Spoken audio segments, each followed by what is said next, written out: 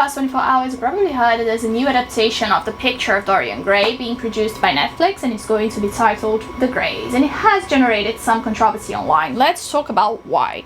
Deadline has reported that this comes as a contemporary take on Oscar Wilde's novel or novella, depending on which edition you are reading, and Dorian and Basil will be brothers in this version, which is supposed to be set against the backdrop of the modern beauty industry.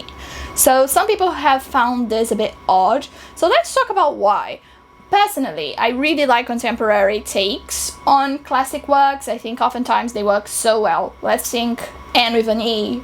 Let's think Emma by Autumn the Wild. So there have been so many cases where this really worked. I don't think any kind of adaptation of a literary work that was published and is set on the Regency era or in the Victorian era can really be faithful in its representation of that time. People oftentimes struggle with that because they want it to be faithful to the novel or want it to be authentic.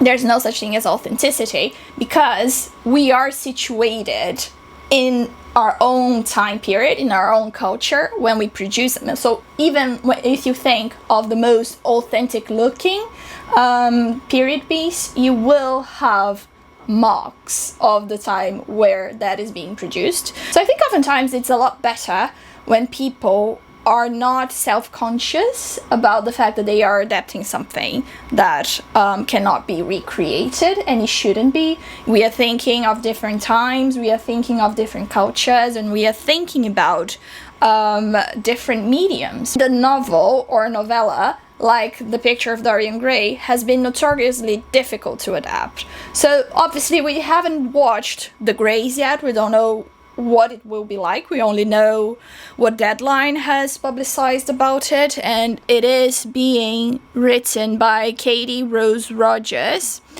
And I think it's great that people are trying to engage with The Picture of Dorian Gray through fresh outlooks. We had this brilliant adaptation in the West End very recently with Sarah Snook starring as Dorian and all 26 characters that appear in the novel, and it's been great, very successful and very creative and resourceful in creating a new language for that story. And it is so difficult, you know, to create a satisfying representation of the portrait, for instance, and to find a suitable actor to play Dorian. So why is this so controversial to have Dorian and Basil as brothers? I think it's absolutely fine to find a new setting for the novel, that it is not set in late Victorian Britain, although the setting is fundamental to the development of the story. I think it's perfectly possible to reimagine it in a different setting, in a different time period.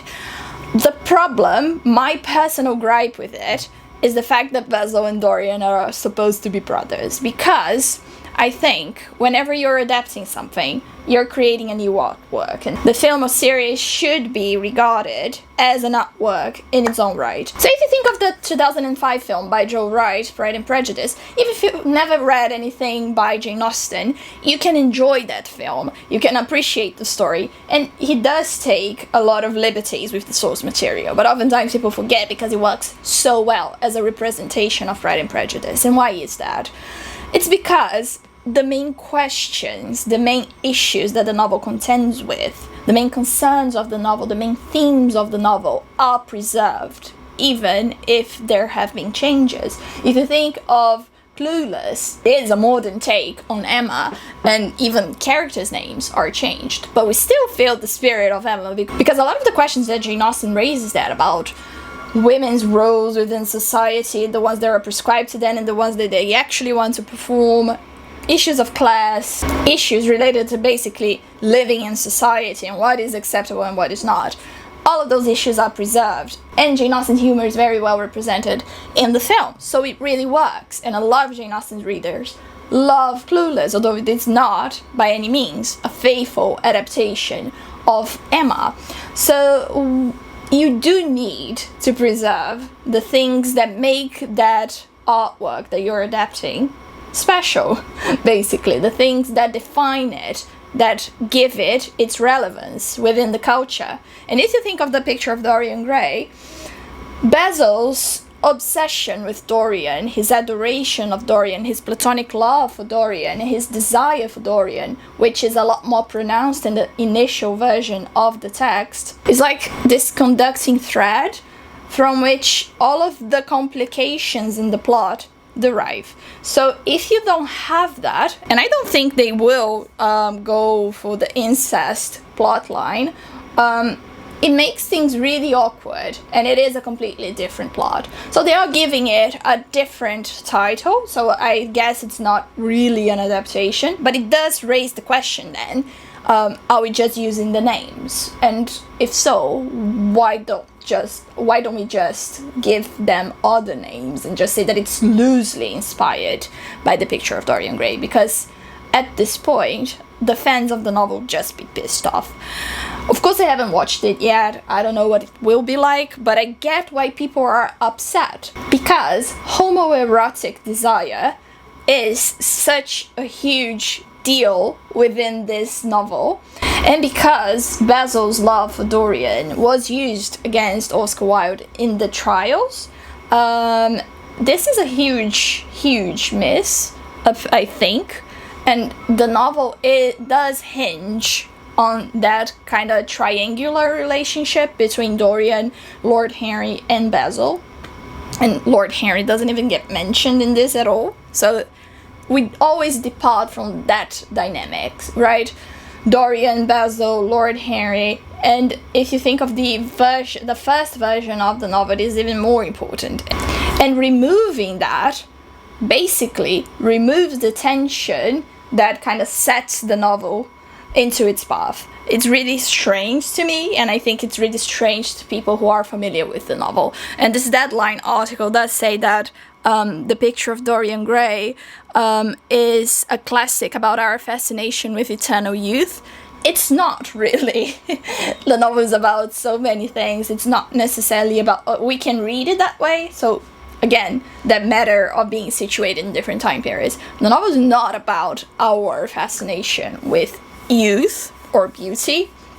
And it's fine, we can highlight specific elements, but the novel is, in a lot of ways, a response to the kind of backwards posturing that a lot of people in the upper classes of British society affected in the fin de siècle. And Oscar Wilde was writing about their hypocrisy. And there's a whole political backdrop to that. We had a new act being passed in the late 80s that effectively turned any gay man into a criminal, into a sexual criminal, which is even more charged when you think about something like The Picture of Dorian Gray. So it is a response to a specific political and cultural climate, and Oscar Wilde was writing about hypocrisy, and he was writing about desire, and he was writing about love. And obviously, Dorian's anxieties around his beauty and youth come into that, but the novel is not about that.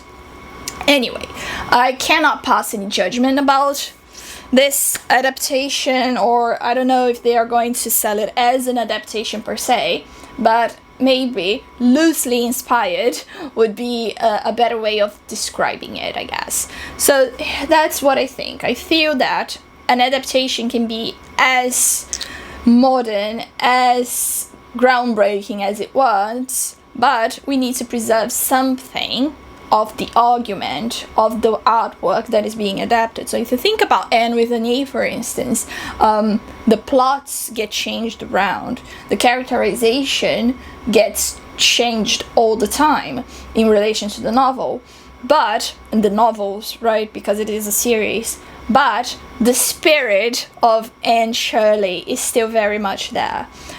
So a lot of the fans of the books love this series.